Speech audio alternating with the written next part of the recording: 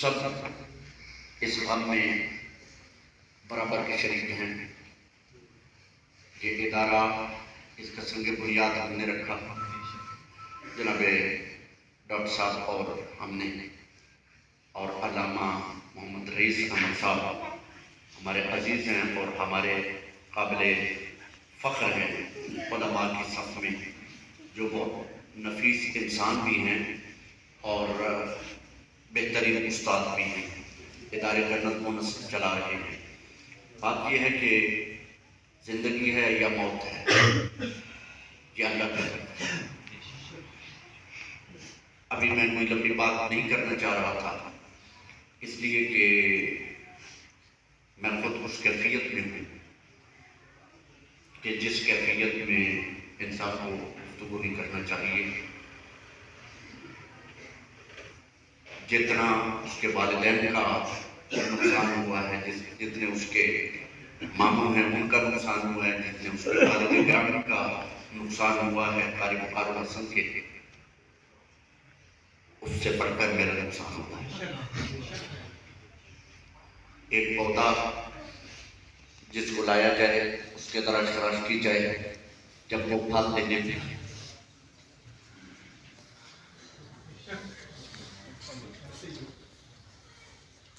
ابھی مجھے کل جنازے پہ لوگوں نے کہا کہ آپ کا درویش گم ہو گیا، تو یہ اس اصطلاح سے آپ واقف نہیں ہیں۔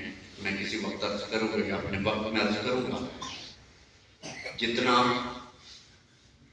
پچھلے 6 سال 8 سال اس نے میرے پاس وقت گزارا، اتنا اس نے اپنے ماں باپ کے پاس بھی نہیں گزارا۔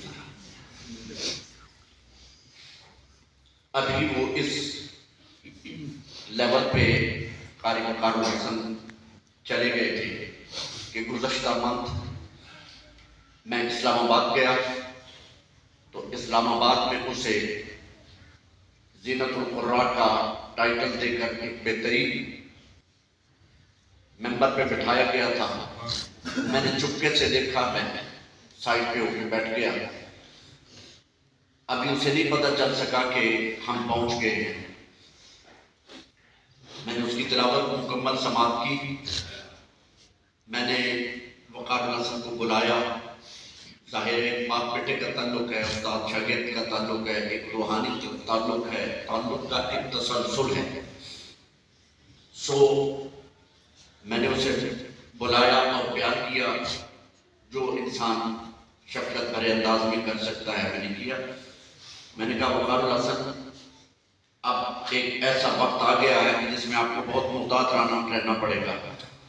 لوگوں نے آپ کو ابھی سے قاری راغب مصطفیٰ بلوش کہنا شروع کر دیا ہے، تو جب یہ مقام آتا ہے تو لوگوں کو نظر لگتی ہے، اور نظر لگتی ہے تو نظر اچھی چیز نہیں ہے۔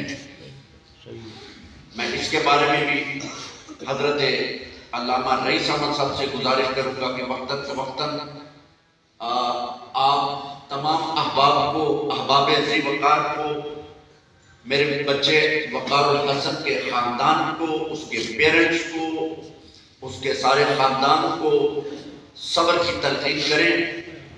یقین فرمائیں کہ اس کا حسن انداز، اس کا حسن تخاطب، اس کا تعبد اور تسمیہ، وہ میرے پاس ریکارڈنگ ہے اسلام آباد کی محفل کی۔ وقت کے ساتھ ساتھ انشاءاللہ تعالیٰ وہ چیزیں سامنے آتی رہیں گی۔ وہ اس لیول پہ چلا گیا تھا کہ ایک ڈبیا میں سنبھال کے اسے رکھنا چاہیے تھا، تاہم نظر جب لگتی ہے تو بہت نقصان کرتی ہے۔ میں اور اس موقع کے اوپر کچھ نہیں کہوں گا کہ ہمارے بچے کو نظر لگ گئی۔ جو تقدیر ہے، تقدیر کے اوپر کسی کو کوئی مفر نہیں ہے۔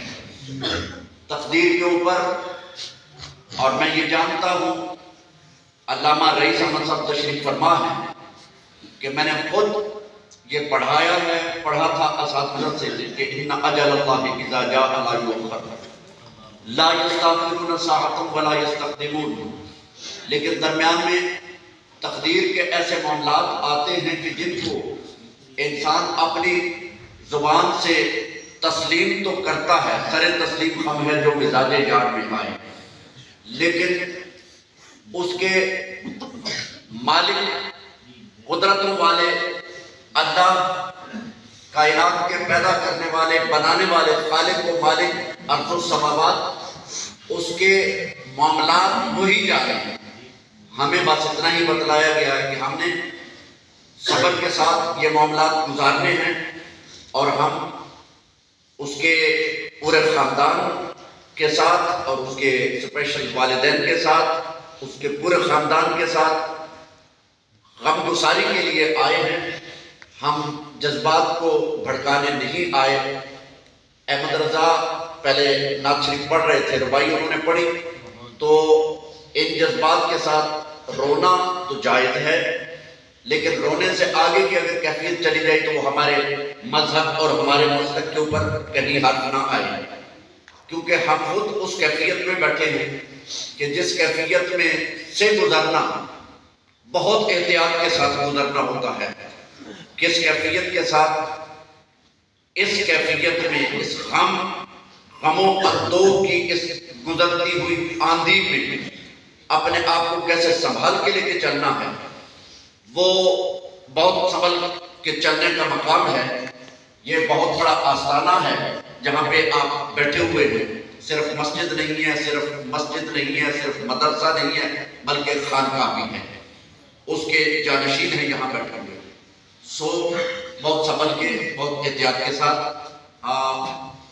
میرے جتنے بچے ہیں عزیزان گرامی نعت خوان، ان سے التماس کروں گا کہ حضور کی شان میں فقط نعت پڑھیں، کوئی ہجر و فراق کی کوئی بات آپ نے نہیں کرنی۔ آپ صبر کریں اور صبر کی تلقین کریں۔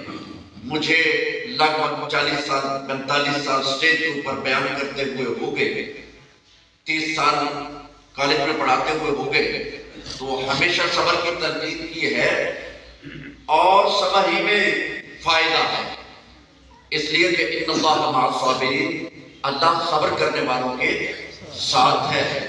اور وہی آتا ہے کہ وَلَنَبْلُوَنَّكُمْ بِشَيْءٍ مِّنَ الْخَوْفِ وَالْجُوعِ وَنَقْصٍ مِّنَ الْأَمْوَالِ وَالْأَنفُسِ وَالثَّمَرَاتِ وَبَشِّرِ الصَّابِرِينَ الَّذِينَ إِذَا أَصَابَتْهُمْ مُصِيبَةٌ قَالُوا إِنَّا لِلَّهِ وَإِنَّا إِلَيْهِ راجعون۔